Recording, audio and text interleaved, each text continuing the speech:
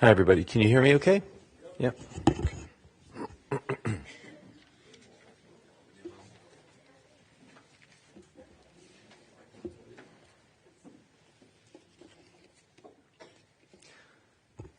Kol omer kra, va'amar ma'akra, kol habasar chatzir, v'chol chasto ketzitz hasadeh, yavesh chatzir novel tzitz ki ruach Adonai nashvabo. A voice says, cry out, but I ask, what shall I cry? All flesh is like grass. All of its beauty is like the flower of the field. The grass withers, the flower fades, when a wind from God blows upon it. Surely, therefore, people are like grass. The grass withers, the flower fades, but the word of God endures forever. LeDavid mizmor l'Adonai haaretz umloa, tevel v'yoshveva, ki hu al yamim yesada, v'al nehorot yichaneneha. Mi ya'aleh bahar Adonai, u'mi yakum bimkom kadsho, neki chapayim uvar levav, asher lo nasa lashav nafshi, v'lo nishpa lemirma. The earth is the Lord's, with all of its fullness. The world is the Lord's, with all of its inhabitants. Who may ascend the mountain of the Lord? Who may stand in the holy place? She who has clean hands and a pure heart. She will receive a blessing from the Lord and a just reward from the God of deliverance. Look in the dictionary under the word pessimist or the word negative, and you won't find Charlotte Katz. Look in the dictionary under mean or cold or distance. You're not going to find Charlotte Katz. Listen, look in the dictionary under tall, and you're not going to find Charlotte Katz. Don't waste your time trying to find her under any of those words. But you know what words to look for. Charlotte was the sweetest and the kindest and the warmest. Charlotte only saw the good in people. Charlotte only had good thoughts for people. Charlotte shows that great things come in small packages. Just this little cute woman with a huge heart. Her heart may have been larger than her entire body. She did not speak ill of another person, never said a bad word, and she could have, and she didn't. This was a lady who spoke volumes with her hands. She was the world's ultimate volunteer, her hands always open to family and to friends, to the organizations that she helped and gave her time to. You hear these nice things about someone, you ask, where's the catch? What's not being said? There's no catch. Nothing hidden today. She was the world's greatest optimist. She filled her days with activities and helped others, dependable, reliable, and with a good sense of humor. B'nai B'rith, president, Meals on Wheels, arranging the addresses and the drivers, Belfair, Merrick House, volunteering at Peter Lewis. But it's not enough to simply recite her volunteer resume. She led by example in how she carried herself and the way she treated other people. Cora, who helped to raise you, who is roughly your mother's age, Cora was like family when she had a baby, when she needed a job. And, of course, Charlotte's sisters, a closeness with her sisters that lasted throughout their lives. A family familiarity and a loyalty and a need, a desire to be together and involved in each other's lives.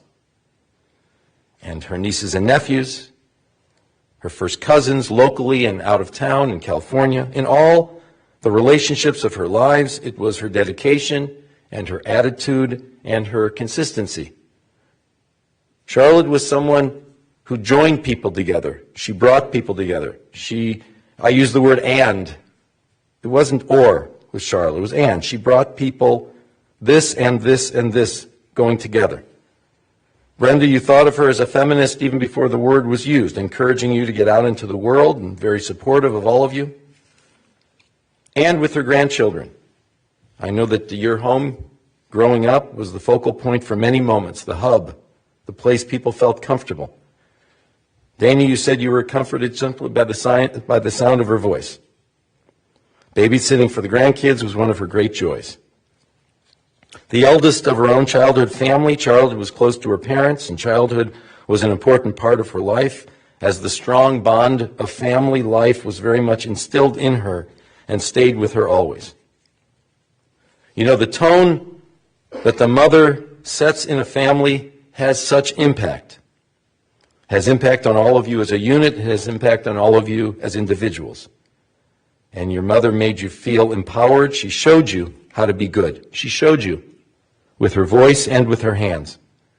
And of course, your father loved her and valued her and just wanted to give her everything. He was very devoted to her. He knew she was special, and they enjoyed a sense of humor together and companionship. I know you said that one of her idiosyncrasies was she would cook, and people would like the dish, and then when she would make the recipe a second time, she'd always add some new ingredients, which was sometimes good and sometimes not so good. But I thought about that. Charlotte was a special added ingredient of this family. You all share a family recipe. It's very recognizable, to be honest with you. You have a certain family recipe. Charlotte added her own special, strong, hopeful, loving, caring ingredient to your family recipe. Family meant so much to her. You all meant so much to her. It was everything to her. And whenever and wherever you joined the family along the way, she was a warm and welcoming figure. And of course, in these recent days, in this last period of her life, you all showed her that same kind of caring and loving, and you all made her last year's comfortable. I know, Lisa, you lived with her, and your caregiving was a special act of love. Special moments and a special time that you will carry around forever. And whether it was you, Lisa, or others in the family, you put yourselves in the right place at the right time with the right person. Big family. Big family. Big love. Great things come in small packages. She lived with a good name, and she died with a good name. Brenda?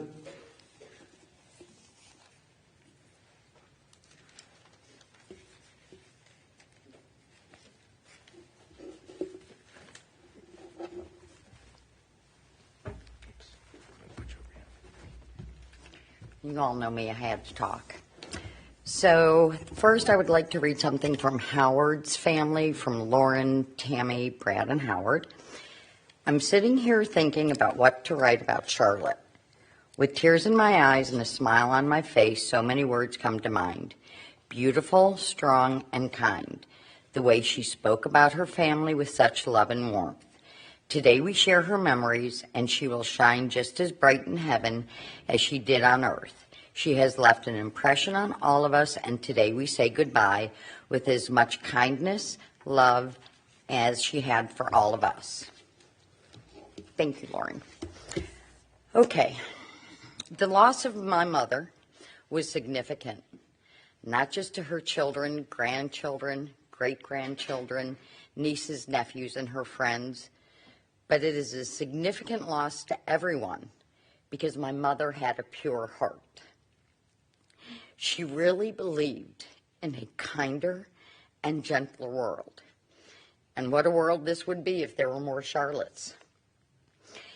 It's not to say she didn't get angry, just didn't last very long. But there was nothing anybody could ever do that would cause her to turn away from them. She transcended forgiveness.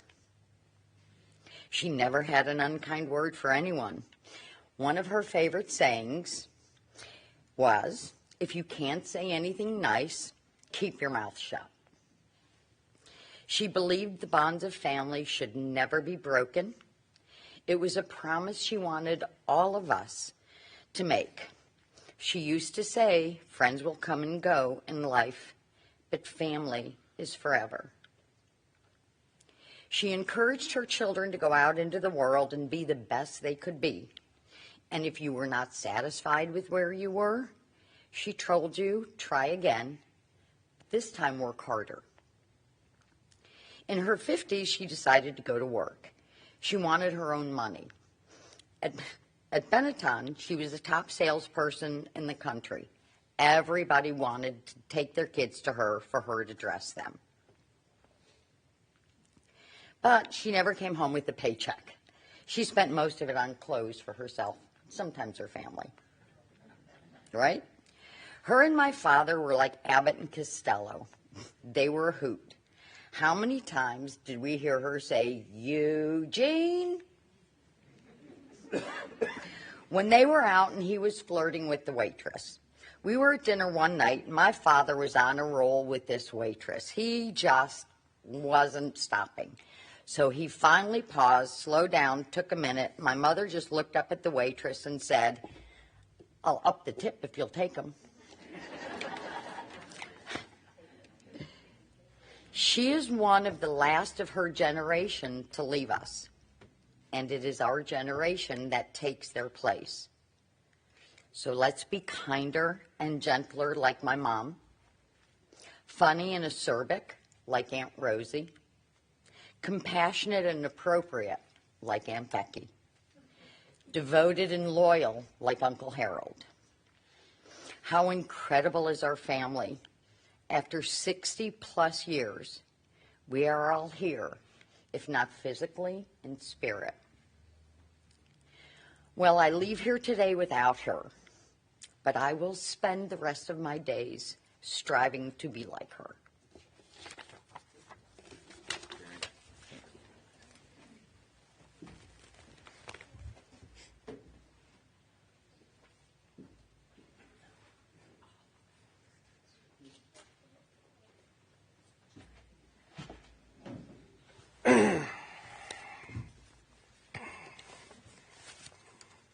I'd first like to thank Rabbi Scoff, who's been with us through all of these trials and tribulations over the years with our family.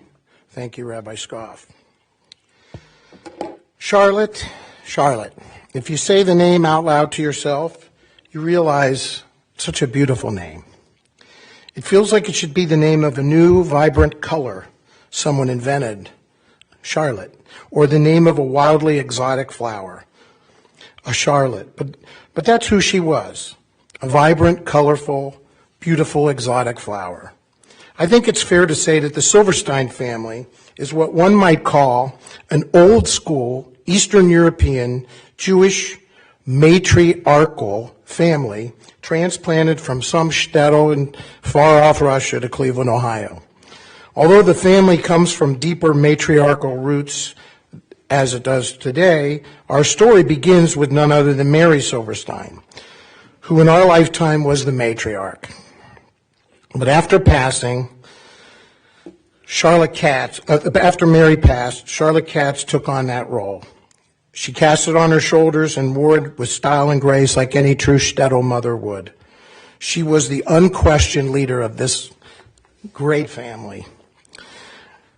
The Silverstein clan is something like the Yiddish form of the Italian mafia, only run by women.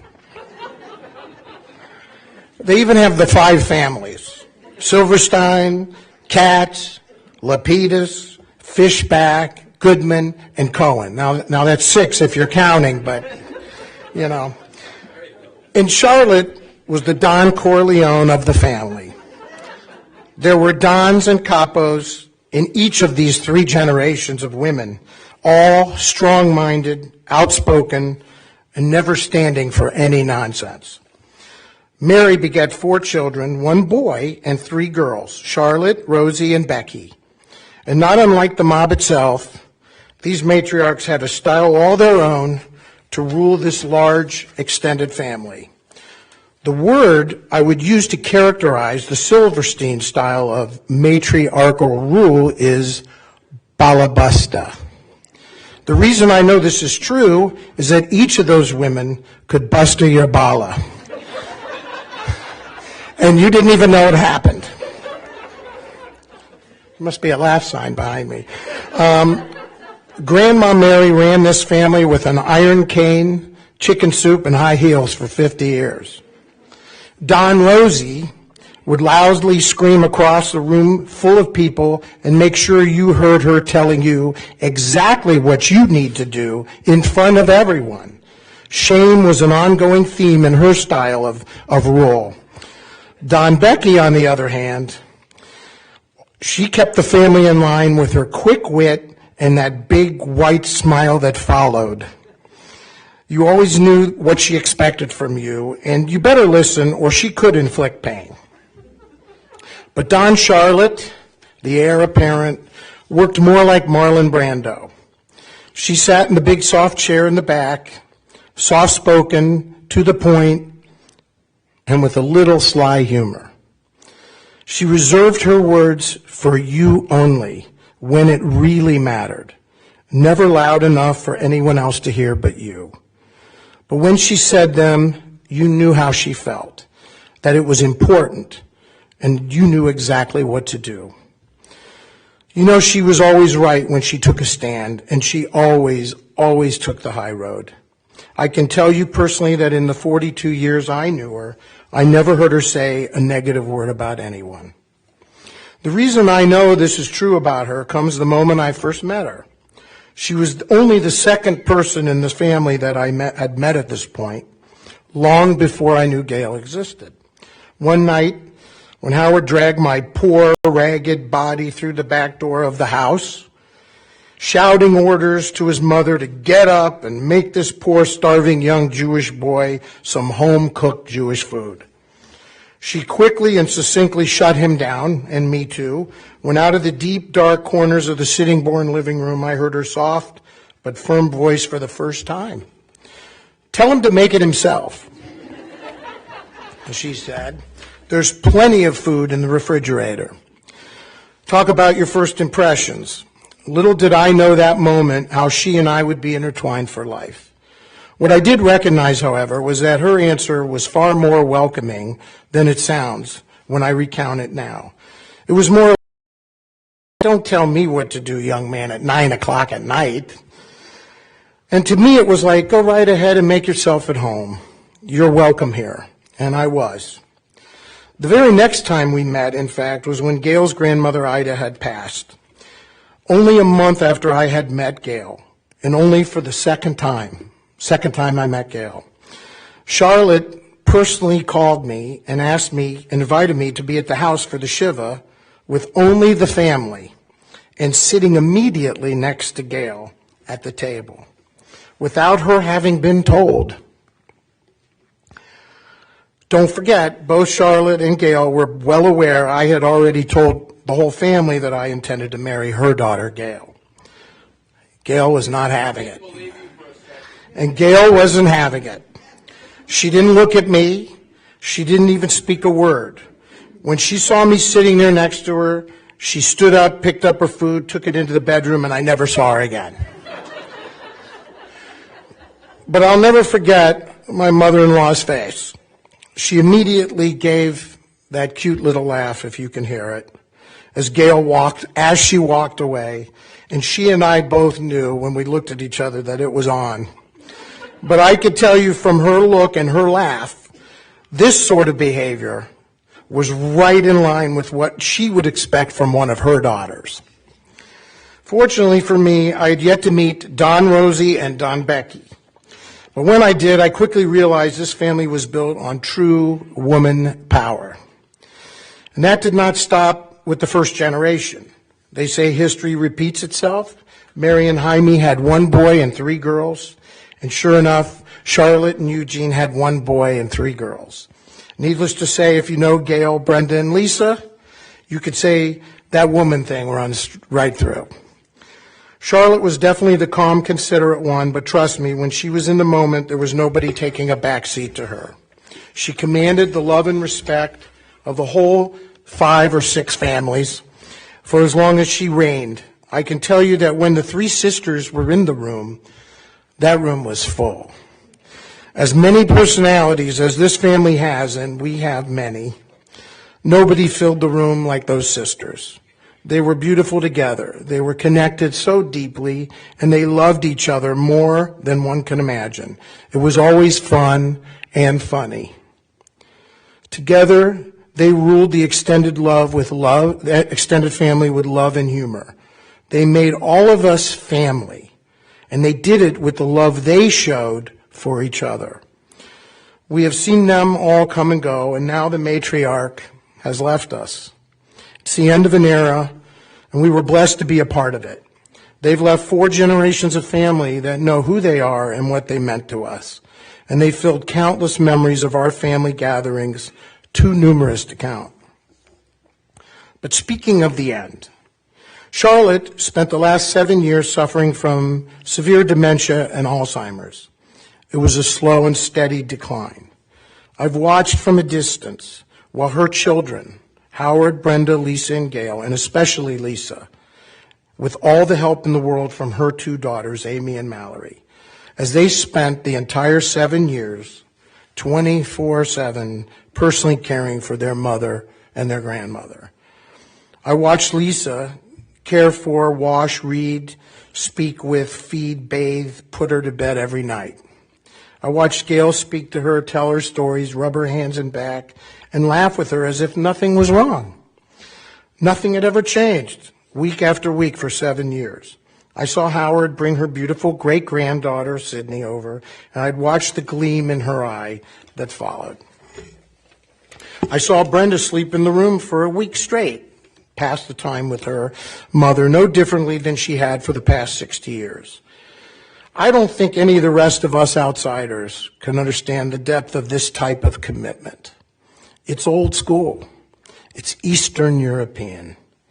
During this time, I listened to a lot of people who failed to understand this situation. Friends, family, many others who I just spoke to in passing. In so many cases, the words I heard were, what a tough way to live. I don't know how anyone can do this. I hope that never happens to me. I could never do this. Or What's the purpose of living like this? I offer you a different perspective. What I would say is if you're anything like me, you believe that everything in life has purpose to it. We may not always know or recognize the purpose. And some might say, what could it possibly be the purpose of living this way? What could this accomplish? What I've learned is it's not for any of us to determine. The purpose of this arrangement can only be known to Howard, Brenda, Lisa, and Gail. It's not for us to know. The love they gave and the love they received honoring their mother was for their purpose only. And I'm 100% certain, in fact, that for them, their purpose was clear. Whatever they gained from this kindness, it was outside the rest of us. Whatever love they put in, they took that with them. I'm proud and grateful for how they took care of our matriarch Charlotte. We will love her and miss her. So as I think back from the first moment that we met until this moment when we say goodbye, as Charlotte's memory waned, so did ours. But not the impression she left. It was strong, deep, and clear.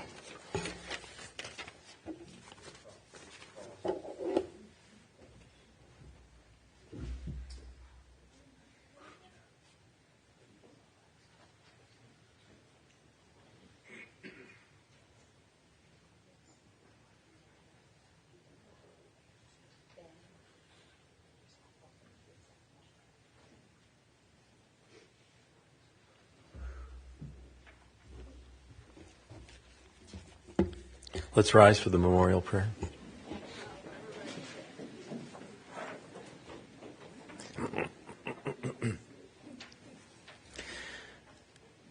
El mole rachamim shochen bamromim hametzei menucha nechona tachat kanfei hashchina b'malot kedoshim utehorim k'zohar rakia mazhirim et nishmat chayet Tzippa bat Yitzchak Mordechai uMiriam shehalcha lolama began Eden tehei menuchata ano bal harachamim hastireha b'seter kanafecha leolamim utzror b'tzrachem et nishmata Adonai hu nachalata v'tanuach b'shalom amishkava v'nomar amen.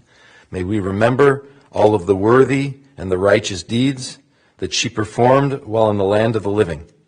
May her soul be bound up in the bonds of eternal life. God is now her portion. May she rest in peace. And we all say amen. Let's be seated.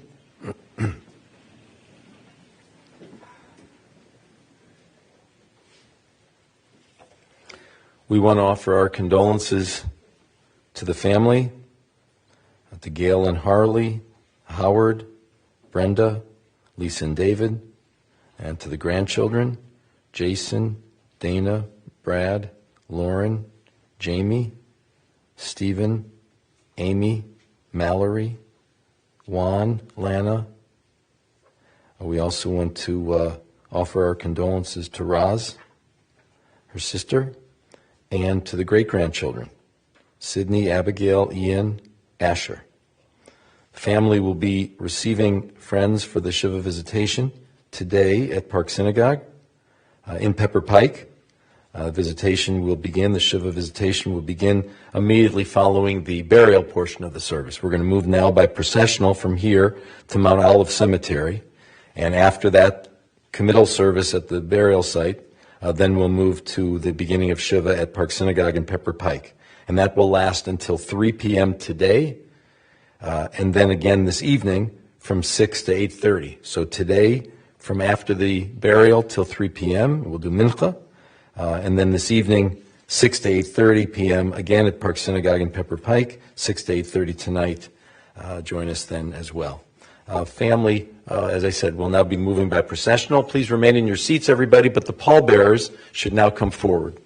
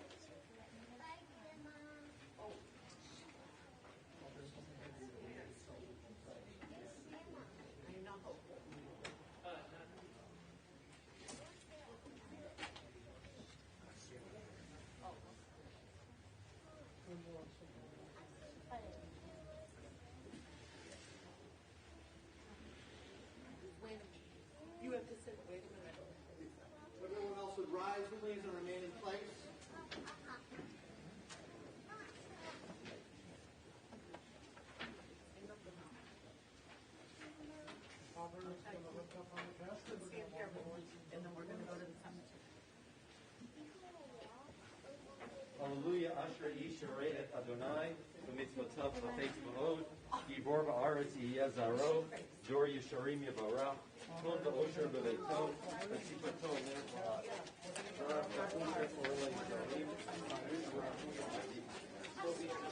Friends, I'm going to ask you to step directly to your cars, please. Those of you driving with us to the cemetery, I remind you must manually turn on your headlights. You can exit to the front or rear of the chapel if you need.